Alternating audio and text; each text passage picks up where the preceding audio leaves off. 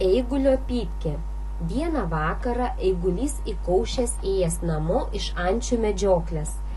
Kelyje sutikęs tokį ilgšį, poniškai apsidariusi, bet jau iš tolo paregėjęs, kad jo viena koja kaip arklio, antra kaip gaidžio, o užpakalyje ilga karvės uodega. Eigulys tučtojau sumetęs, kas tai per ponas, ir pasisveikinęs. Labas vakaras, pons velne. Labas, Eiguly, kur buvai? Ančių medžioti, pons velne. Kiekgi nušoviai? 3, pons velne. Kam jas neši? Ponams, gerbiamas pons velne. Ak taip, o kas tau už nugaros barkšo, paklausė velnes, rodydamas į Eigulio šaudyklę. Tai čia mano pypkė, pons velne.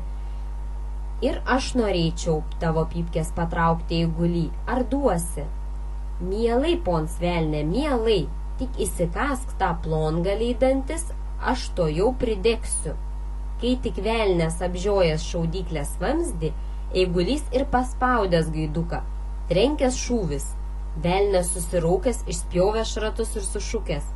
Kad tave velniai, Eiguly, kokį stiprų tabaką tu rūkai?